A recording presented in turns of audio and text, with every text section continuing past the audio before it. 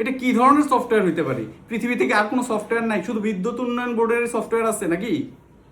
220টা যদি ডিজিট দিতে বলে ইনপুট, সাধারণত সিঁড়ির গোড়ায় চিপার মধ্যে থাকে এই মিটার বক্সটা। এটা কি কোনো সুস্থ স্বাভাবিক মানুষের পক্ষে দেওয়া সম্ভব 220টা ইনপুট? এই যে আমি সুস্থ স্বাভাবিক মানুষ অসুস্থ হওয়ার পথে এই ইনপুট দিতে দিতে, মানে এটা কোন দেশে বসবাস করি?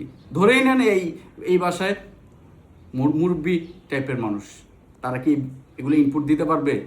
যারা এই কাজগুলো করতেছে তাদের মাথায় কি কিছু ধরে না নাকি? নাকি আমাদের মাথায় কিছু নাই? এটা কোনো কথা হইতে পারে? 220টা ডিজিট?